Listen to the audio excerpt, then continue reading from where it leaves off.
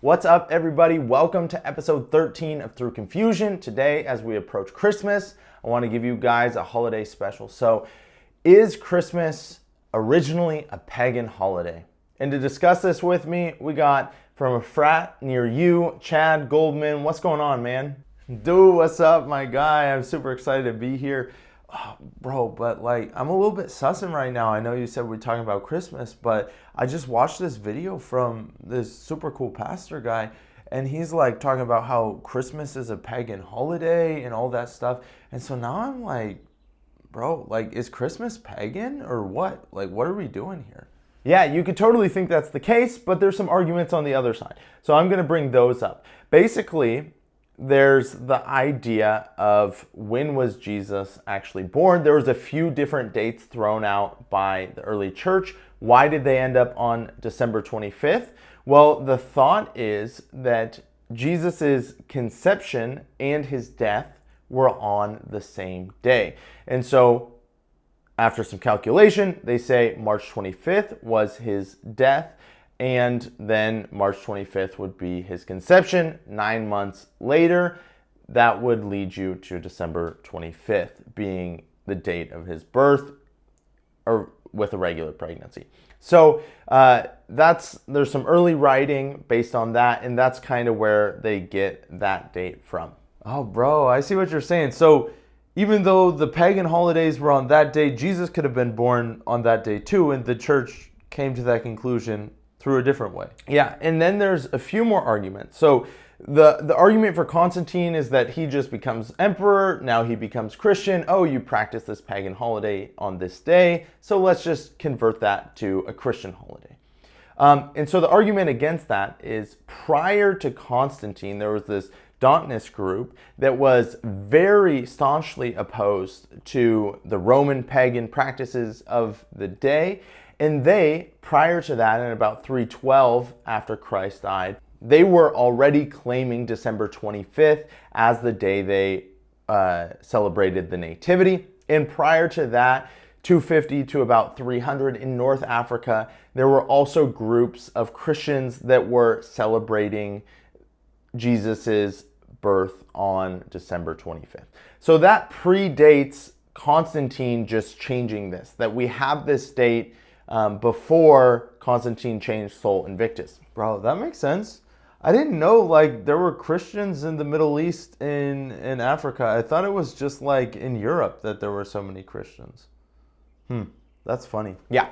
So you would say there's no correlation between those pagan holidays and the Christian holiday? So some people see the correlation between Sol Invictus, the undefeated sun, and Jesus being born. December 25th, both days are celebrated. One's pagan, one's Christian. And people would think, okay, well, the Christians just probably took that pagan holiday.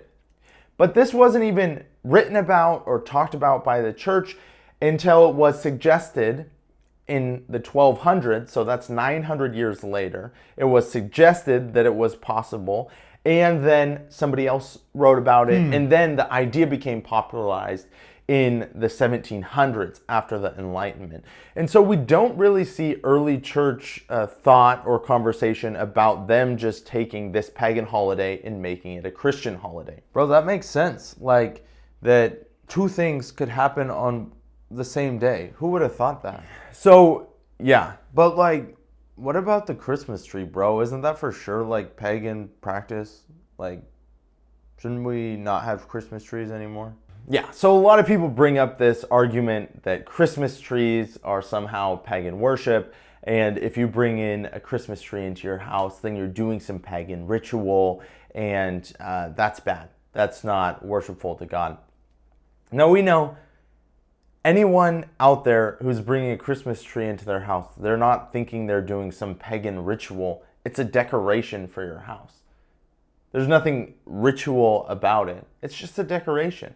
It's just bring it in, enjoy Christmas, a place to put your trees under. It looks pretty. Nobody's worshiping that, praying to that. So a lot of people take this passage from Jeremiah 10, 1 through 16. If you haven't read it, read it right now. It talks about idol worship in the nation of Israel, and that they're building these idols out of wood. They're fastening it to their walls. They're covering it with gold and silver. And God is really just trying to dumb it down to say, it's a tree. It's nothing. It's literally a tree, and you guys are praying to it. It can't do you good. It can't do you harm.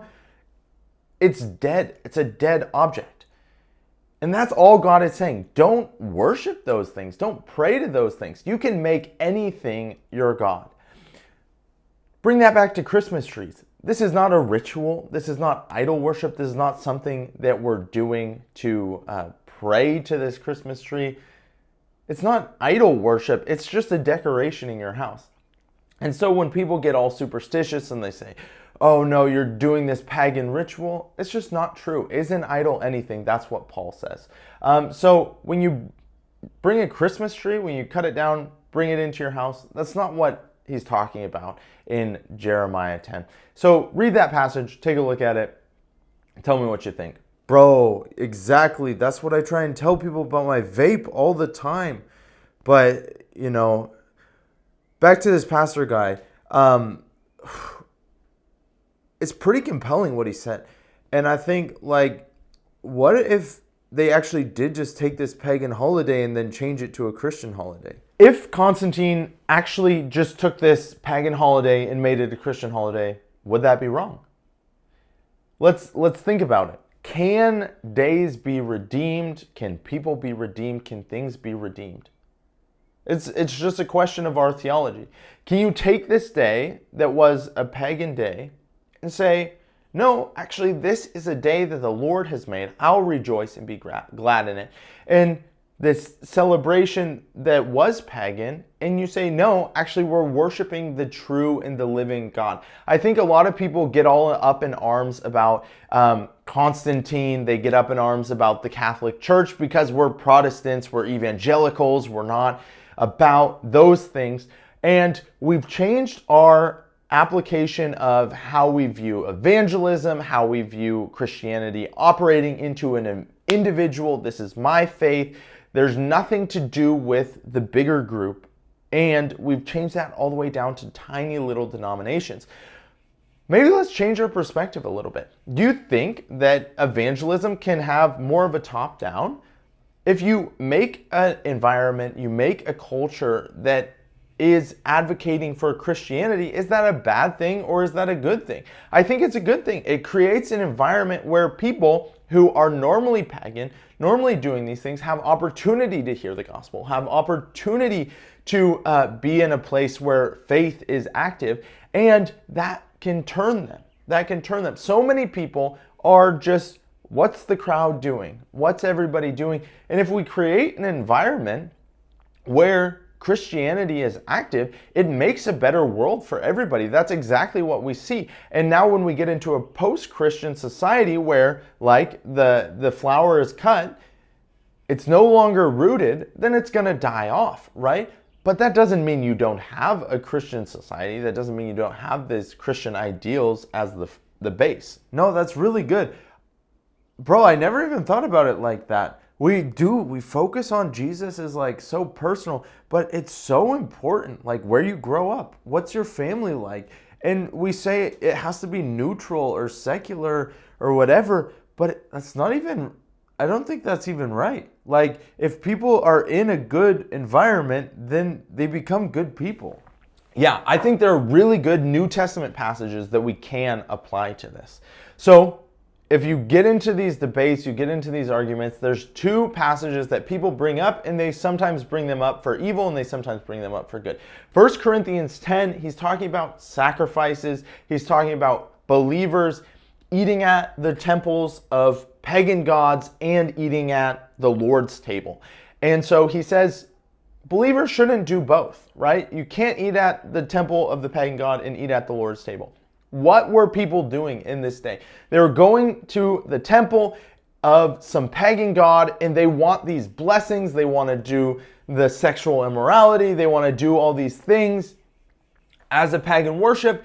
And then they also want Jesus on the other side. So they eat the bread and the cup, and they say, I got to just protect all my bases. So Paul's saying, don't do that. Don't eat at the pagan temple and worship pagan gods and worship the true and the living God. So people try and apply this to Christmas as being a pagan holiday and they're worshiping pagan gods by practicing Christmas, celebrating Christmas. How does that actually apply? Paul says, if you go to the temple and get meat, don't ask where it was from. If somebody's testing you, of course, don't go along with it. Let's put this into the terms of Christmas. Nobody thinks Christmas is a pagan holiday. Nobody is celebrating pagan gods. Everybody is just celebrating the nativity of Jesus. Don't celebrate Santa Claus. Don't do it. You don't have to. But celebrating the nativity of Jesus Christ Mass, that's a perfectly fine thing to do. If somebody says, hey, this is my pagan version of Sol Invictus, come and let's worship the sun and let's do pagan rituals, of course. Don't do it. That's no question. You don't have to do that. But if they're just having a Christmas gathering, of course, and bring the light of Christ into that Christmas gathering. But you see all these TikToks of people saying, like, all these pagans saying, like, look, Christians celebrating my holiday. Yeah, but the argument goes back, who's the creator of the heavens and the earth and everything we have to worship? To whom belongs all the worship and the praise? To whom makes every day, all the seasons, all the times? The earth is the Lord's and the fullness of it. As Christians, we don't have to be scared or worried about any of these things. God owns it all. And he has a true and right way to be worshiped and practiced. But he says, whether you eat or drink, do everything to the glory of God.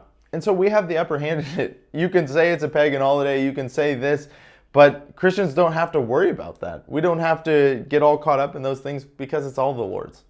Yeah, totally, bro. And I'm just done being afraid of all of these things. Like, we don't have to be afraid. The Bible tells us, bro, like, don't be afraid. So I'm gonna just take that in. What would you say, like, what can I take home from this? How should I go forward with this? Yeah, I think definitely enjoy your Christmas holiday. Worship the Lord on this holiday. Praise God for his nativity coming to the earth, his incarnation. This is an amazing time, a beautiful time. It's church history that's backing it up. Don't be swayed by all these ideas. This person saying this person saying this. It's not a problem. They can go their way. They can have their direction. We don't need to be swayed by those things. But what does it say back in Romans 14? It says that all of these things, pursue peace. Pursue peace with one another. And that's what God wants us to enjoy this Christmas season, because he's the Prince of Peace. And so don't get caught up in these things. Enjoy it. Have a good time. Do it unto the Lord. Bro, I like that. It doesn't say peace on earth, goodwill towards men. Bro, that's so good. And I think me and the boys, we might actually put up the Christmas tree this year. Just on the deal, though. Well, that's it for today. Thank you guys for watching, and Merry Christmas to you all, whether you celebrate it this year or you don't. God bless you.